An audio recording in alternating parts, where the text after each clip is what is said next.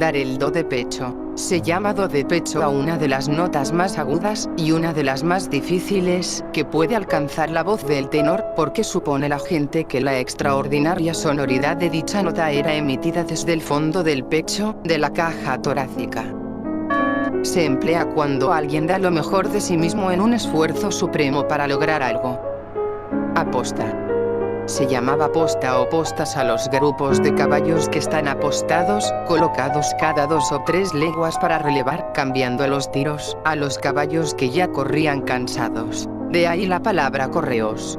Los caballos que estaban a posta estaban siempre dispuestos para actuar a propósito de su función. Se emplea cuando alguien hace algo adrede, con la intención, independientemente del valor o trascendencia de lo hecho. Comer de gorra. Oír de gorra. Este dicho popular alude, ya lo comentó Gonzalo Correas en el vocabulario de refranes, al truco que ya a comienzos del siglo XVII, utilizaban algunos que iban a los banquetes y en la puerta se quitaban la gorra para saludar a los porteros, colarse y comer gratis. Otras fuentes dicen que la frase tiene que ver con algunos estudiantes salmantinos de los siglos XVI, XVII y XVIII, llamados capigorristas o capigorrones por su indumentaria, capa negra y gorro grande. Dichos estudiantes eran auténticos especialistas en vivir del cuento, de gorra, decolándose en los banquetes y refrigerios.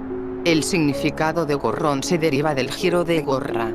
Se dice de aquellos que comen, beben, se divierten, o viven a la general a costa de los demás, haciéndose los tontos cuando llega la hora de pagar. De mogollón es una frase sinónima en su origen, aunque en la actualidad tiene un significado más amplio. Hacer algo sin orden, con gran alboroto y en compañía de otras personas. Perder los estribos. Hace referencia al hecho real de la pérdida de los estribos, pieza de metal en la que apoyan los pies los jinetes. Cuando el jinete se le salen los pies del estribo, corre el riesgo de perder el mando de su montura y, como consecuencia, el peligro de que el caballo se desmanda y lo derribe. Se utiliza al perder la paciencia y el control de la situación, hablar o comportarse de manera poco razonable. Haber gato encerrado. Aunque alude directamente al gato, animal doméstico habitual en nuestras casas, se deriva de otra acepción de la palabra gato, muy extendida durante los siglos XVI y XVII. Así aparece en muchos textos de nuestra literatura de la época. Sebastián de Covarrubias, en el Tesoro 1611, nos da estas dos acepciones en segundo y tercer lugar respectivamente. 2. Gatos llaman a los ladrones rateros. 3. Gatos los bolsones de dinero, porque se hacen de sus pellejos degollados enteros sin abrir. Al rico avariento y mísero suelen llamar ata el gato. El diccionario de la RAE todavía recoge en su segunda acepción de su gato, bolso o talego en que se guarda el dinero. Hoy no es tan conocido dicho significado. Así pues, equivaldría a tener una bolsa escondida con dinero o con otras cosas de valor. Esta se usa al sospechar fundadamente que existe una explicación de las verdaderas razones de un hecho que con manejos se nos quiere ocultar. Abogado del diablo.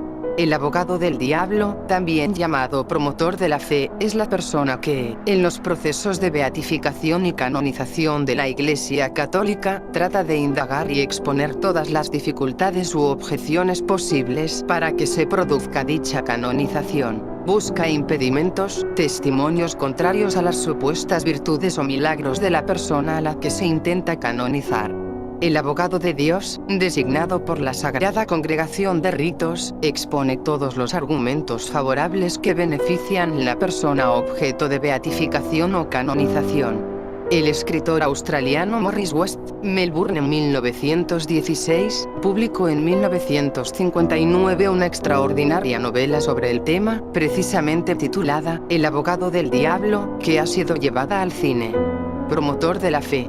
En un lenguaje más coloquial, persona que siempre está buscando contradicciones o impedimentos de las buenas causas, o que siempre intenta encontrar los defectos o puntos flacos de una persona, idea o cosa. Tirar la casa por la ventana.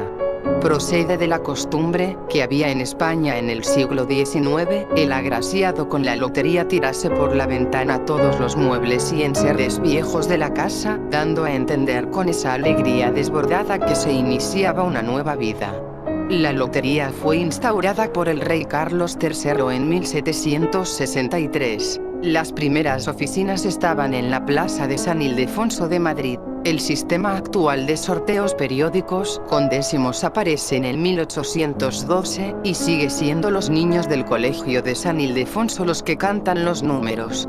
Se emplea cuando alguien, por algún motivo u ocasión excepcional, realiza gastos muy superiores a los que acostumbra o por encima de sus posibilidades económicas. Hacer de tripas corazón. Es una frase figurada en la que se da a entender que al que le falta corazón para estar tranquilo, haga corazón de las tripas que suben hacia el pecho cuando se retienen los suspiros. La frase ya aparece comentada en Sebastián de Covarrubias con un significado similar al actual. Esforzarse por disimular el miedo, dominarse y sobreponerse a las adversidades. Como Pedro por su casa. La frase completa era entrar o colarse como Pedro por su casa, y, según algunos, procede de la versión extendida en Aragón, entrarse como Pedro por Huesca, refiriéndose al sitio y toma de Huesca por Pedro I de Aragón en el año 1904. Sin embargo, otros señalan que las dos variantes anteriores de la frase proceden de la que ellos consideran original, entrase como por su casa, que ya aparece utilizada en la segunda parte del Lazarillo 1920 de Juan de Luna, y que la añadidura de Pedro se puede deber solo a una personificación de la expresión de un nombre popular. Se emplea cuando alguien entra, se mete con total libertad y sin ningún miramiento en una casa o en otro lugar sin tener autorización para ello.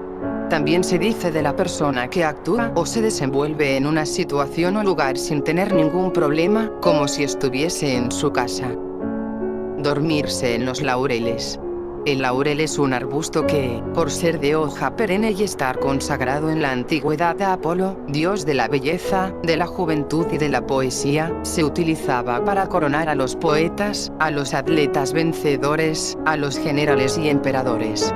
En la Edad Media se siguió con la costumbre, y por eso, en los cuadros de artistas y poetas medievales, contemplamos sus cabezas coronadas con laureles. Hoy día, cuando alguien gana muchos premios en su especialidad, decimos que es una persona muy laureada. Por cierto, nuestro amigo Covarrubias, ya en 1611, dice a propósito de bachiller en su tesoro: el hombre es compuesto de vaca láurea. Vacas se llaman las frutillas o manzanillas que cuelgan de unos pedúnculos en el laurel, y presupónese que al principio se daban los grados de la universidad con estas coronas de laurel, estando pendientes en el sus manzanillas o vacas. Se emplea para referirnos a aquellas personas que, después de haber logrado algunos éxitos, dejan de esforzarse en sus tareas o las descuidan del todo, se duermen en sus éxitos, pensando que pueden vivir de las rentas. No dar pie con bola. Aunque todos pensamos que tendría que ver con el fútbol o con algún deporte parecido, no tiene ninguna relación, su origen es mucho más antigua, está relacionado con un juego de cartas llamado hombre o tresillo. El pie o postre actual era el jugador que echaba la carta al último, por oposición al primer jugador o mano. La bola era una jugada o lance particular de dicho juego, que consistía en perder las bazas necesarias para llevarse otras de más valor, función que correspondía al pie. Si el pie daba con la bola, perdía. Otros autores lo relacionan con el juego de los bolos. Hacer morder el polvo. La frase también se utiliza con la variante morder el polvo. Tanto el uno como el otro proceden de un antiguo rito de los caballeros de la Edad Media que, cuando eran mortalmente heridos en el campo de batalla o en el palenque y se sentían que iban a morir, tomaban un puñado de tierra con la mano y la mordían, como dando simbólicamente un beso a la madre tierra, que los había sustentado y que a partir de entonces los recibiría en su seno. Rendir, vencer a alguien en una pelea. Morder el polvo es darse por vencido, sufrir una derrota. No hay moros en la costa. La frase alude a los frecuentes ataques de los piratas berberiscos a los pueblos de la costa mediterránea española. hay moros en la costa. Era el grito con que los habitantes del litoral se avisaban para estar pronto preparados para enfrentarse a ellos. La frase hoy se utiliza tanto en su forma positiva, hay moros en la costa, como en su negativa, no hay moros en la costa. La frase se emplea en su forma positiva para recomendar que hay que actuar con precaución y con cautela, o bien en su forma negativa para indicar que no hay peligro y se puede actuar con tranquilidad. Ponérsele a uno carne de gallina. Se trata de una reacción natural de nuestra piel, cerrando al máximo sus poros para intentar contrarrestar la pérdida del calor corporal. Adquiere un aspecto muy parecido al de la piel de gallinas desplumadas. Se puede presentar por un descanso repentino de la temperatura interior del cuerpo, generalmente provocada por el frío externo, o bien una fuerte impresión motivada por el miedo o un susto intenso. Aspecto que toma la epidermis, similar a la piel de las gallinas desplumadas, debido al frío o al miedo. También se dice piel de gallina. Hacer buenas malas migas.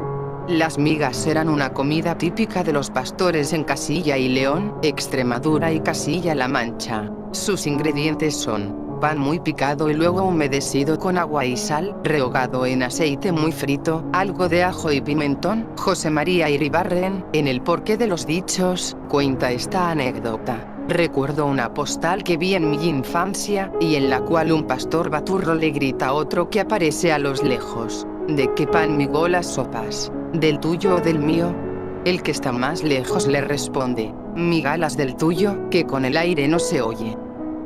Viene a significar tener buenas relaciones. Avenirse bien en el trato y amistad dos o más personas, o al contrario, en caso de hacer malas migas. El lucero del alba. El lucero del alba es el nombre que se da popularmente al planeta Venus, que es la primera estrella que aparece en el intenso brillo del amanecer, crepúsculo vespertino, y la última que se oculta por la mañana, crepúsculo matutino o lucero de la mañana. Pitágoras fue el primero que se dio cuenta, en el siglo VI a.C., de que se trataba de un solo astro. El cristianismo mantiene esa referencia en la letanía mariana cuando se le llama estela matutina y estela vespertina. Se emplea en frase como enterarse hasta el lucero del alba, saberlo el lucero del alba, decírselo al lucero, para dar a entender que una noticia, especialmente si es muy íntima o escandalosa, que debía mantenerse en secreto, eso va a ser conocida por todo el mundo. Es curioso que no es tan importante que se entere de la noticia el lucero de la tarde o crepúsculo vespertino.